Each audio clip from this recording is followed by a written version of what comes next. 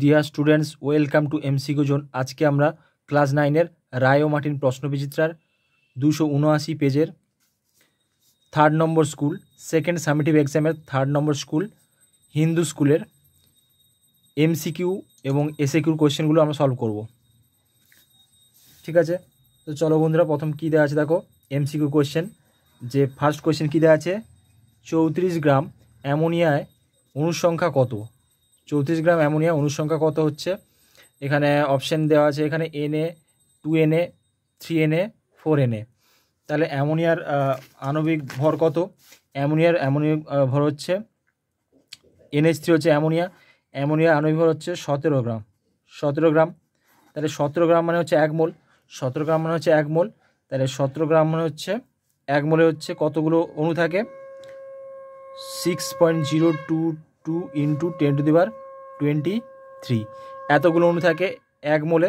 17 গ্রামে হচ্ছে 6.022 ইন্টু 10⁻23, যেটা হচ্ছে অ্যাভোগাড্রো সংখ্যক থাকে।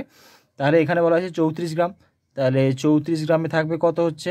34 গ্রামে থাকবে 6.022 ইন্টু 10⁻23 বাই 17 ইন্টু 34।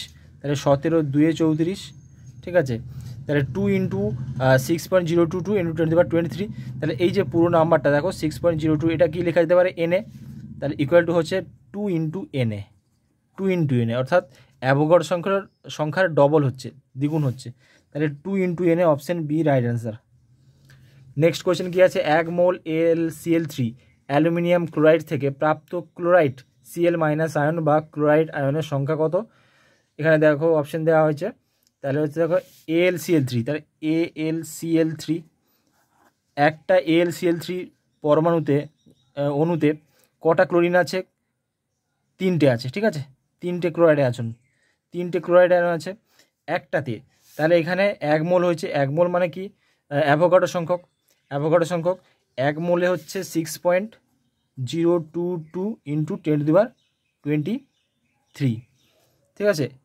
1 মোলে এতগুলো অণু থাকে, আর একটা অণুতে যদি 3টে ক্লোরাইড থাকে, তাহলে 1 মোলে থাকবে ইন্টু 3 হয়ে যাবে। তাহলে 3 ইন্টু, এখানে হচ্ছে 3 ইন্টু 6.022 ইন্টু 10⁻23, তাহলে অপশান হচ্ছে ডি হচ্ছে 3 ইন্টু 6.022 ইন্টু 10⁻23। পরেরটা হচ্ছে বার্নৌলির নীতিটি কোন ধরনের তরলের ক্ষেত্রে যথাযথভাবে প্রযোজ্য? অসংনম্য, ধারারেখ, অসান্দ্র, আদর্শ তরলের ক্ষেত্রে প্রযোজ্য। পরেরটা হচ্ছে বল ধ্রুবকের মান যত বেশি হবে স্প্রিং তত ড্যাশ হবে, স্প্রিং হচ্ছে তত অনমনীয় হবে, অপশান এ। নেক্সট হচ্ছে ব্লু ভিট্রিয়লের অণুতে কেলাস জল আছে কত? ব্লু ভিট্রিয়লের অণুতে কেলাস জল আছে 5 অণু কেলাস জল থাকবে, কারণ ব্লু ভিট্রিয়লের সংকেত হচ্ছে কপার সালফেট CuSO4.5 অণু জল। তাহলে এখানে 5 অণু জল আছে, কপার সালফেটের হচ্ছে 5 অণু জল আছে, তাহলে ব্লু ভিট্রিয়ল যেটা হচ্ছে কপার সালফেট, এটা 5 অণু হবে। নেক্সট হচ্ছে গাঢ় H2SO4 হলো একটি ড্যাশ পদার্থ, এটা হচ্ছে জলাকর্ষী পদার্থ। পরেরটা হচ্ছে গাঢ় সালফিউরিক অ্যাসিড হয়ে গেল, এটা জলাকর্ষী। তারপর হচ্ছে ফেনলফথ্যালিন যোগ করলে যে দ্রবণটি গোলাপি বর্ণ ধারণ করবে তার পিএইচের মান কত হবে? পিএইচ কত হতে পারে? এটা হচ্ছে 9 হবে, কারণ ক্ষার দ্রবণ, ওই জন্য 9 হচ্ছে, পিএইচ 9 হবে, ঠিক আছে। পরেরটা হচ্ছে একটি বস্তুর ভর ও বেগ উভয়ই দ্বিগুণ হলে বস্তুটির গতিশক্তি কত হচ্ছে? গতিশক্তির ফর্মুলা হচ্ছে E=12 mv²। গতিশক্তির ফর্মুলা হচ্ছে 12 mv²। তাহলে এটা হচ্ছে অরিজিনাল ছিল 12 mv², যেখানে m হচ্ছে ভর, v হচ্ছে বেগ, আর e হচ্ছে শক্তি বা গতিশক্তি। এবার বলা হয়েছে কি, ভর এবং বেগ উভয়ই দ্বিগুণ করা হয়েছে। তাহলে ভর ছিল m, তাহলে এখানে কত হবে? e ড্যাশ কত হবে? 12 m, এর জায়গায় বসাবো 2m, কারণ ডবল হয়ে গেছে ওই জন্য 2m। আর এখানে বেগ হচ্ছে দ্বিগুণ, তাহলে হচ্ছে বেগ আগের জায়গায় ছিল v ছিল, এখানে হয়ে যাবে 2v²। তাহলে equal to 12 into 2m into 2v² কত হচ্ছে? 4, 2² হচ্ছে 4 ইন্টু 4v²। তাই এবার যদি 4 আর 2 গুণ করি কত হচ্ছে? 4 2 8, তাহলে 8টা সামনে নিয়েছি, তাহলে 8 ইন্টু 12 mv²। তাহলে অরিজিনালি কত ছিল? আগে কত ছিল? 12 mv², এখন কত হচ্ছে? 8 into 12 mv²। 8 into half M square, অর্থাৎ আগের থেকে 8 গুণ হয়েছে। ঠিক আছে, বোঝা যাচ্ছে, আগের থেকে 8 গুণ হয়েছে, তাহলে এটা কত হবে, এখানে 8 গুণ হবে, অপশান সি 8 গুণ হবে। নেক্সট হচ্ছে group B SAQ question. SAQ question কী আছে, 1 নম্বর কোয়েশ্চেন কী আছে, 1 মোল CO2-তে পরমাণুর সংখ্যা কত? 1 মোল CO2-তে পরমাণুর সংখ্যা কত? দেখো, একটা যদি CO2 অণু ধরা হয়, একটা CO2 অণুতে পরমাণুর সংখ্যা কত থাকবে? একটা কার্বন। দেখো এখানে CO2 যদি আমরা লিখি CO2, তাহলে কার্বন আছে একটা আর অক্সিজেন আছে দুটো।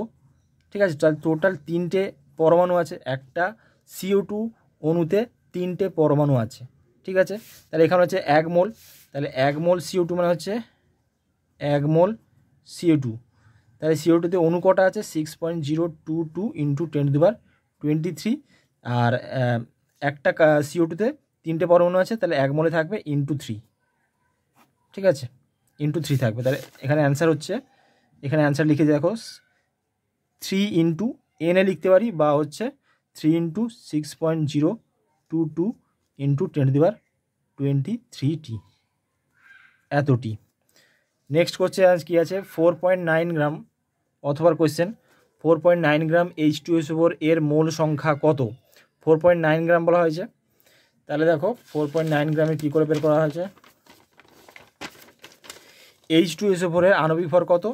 H2SO4 আণবিক ভর হচ্ছে 98 গ্রাম, 98 গ্রাম হচ্ছে H2SO4, তাহলে 98 গ্রাম মানে হচ্ছে 1 মোল, 1 মোল 98 গ্রাম মানে হচ্ছে 1 মোল, তাহলে 4.9 গ্রাম কত হচ্ছে? 4.9 গ্রাম কত হবে? 1/98 ইন্টু 4.9।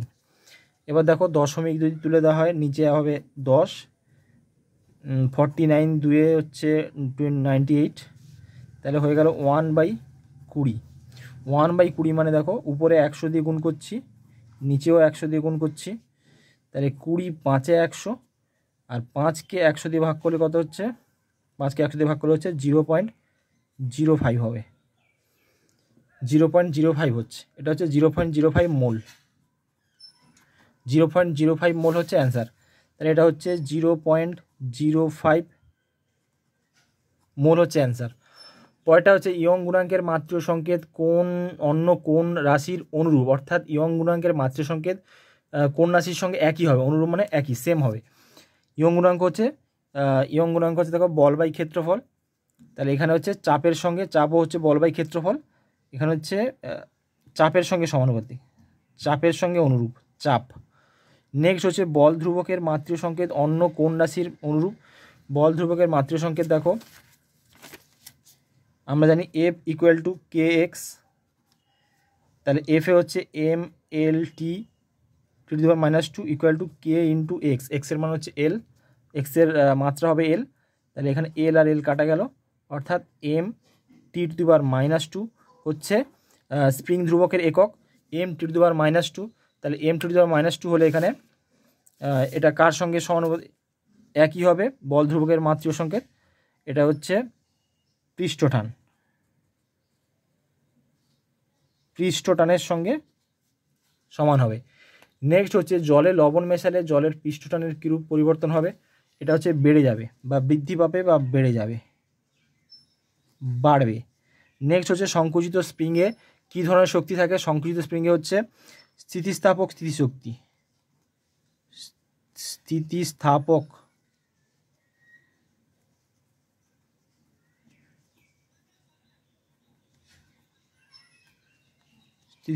স্থিতিশক্তি। পরেরটা হচ্ছে সত্য বা মিথ্যা, প্লবতা বস্তুর উপাদানের ঘনত্বের উপর নির্ভরশীল, এটা হচ্ছে মিথ্যা হবে, এটা হচ্ছে মিথ্যা হবে, ওই জন্য গুণ চিহ্ন দিয়ে দিলাম। পরেরটা হচ্ছে প্লবতা বস্তুর জ্যামিতিক আকৃতির উপর নির্ভরশীল, এটা মিথ্যা হবে। নেক্সট হচ্ছে NaHCO3, KCl, HCl, KOH এর মধ্যে কার জলীয় দ্রবণের চেয়ে জলীয় দ্রবণের pH সবচেয়ে কম? HCl হচ্ছে, কারণ হচ্ছে HCl অ্যাসিড, আর অ্যাসিডের pH সবসময় কম হয়, ওই জন্য হচ্ছে এটা হচ্ছে pH কম। নেক্সট হচ্ছে NaCl এর 10% দ্রবণে 50 ml আয়তনে কত গ্রাম NaCl দ্রবীভূত আছে? এখানে উত্তর দেখো, তোমাদের দেখিয়ে দিচ্ছি, এখানে উত্তর দেওয়া আছে, দেখো 100 ml NaCl জলীয় দ্রবণে NaCl আছে 10 গ্রাম, 1 ml থাকবে কত 10/100 গ্রাম, আর 50 ml থাকবে কত 10/100 ইন্টু 50 হয়ে যাবে 5 গ্রাম। তাহলে 5 গ্রাম হচ্ছে অ্যান্সার। ঠিক আছে, তো দেখা হচ্ছে পরের ভিডিওতে। Thank you.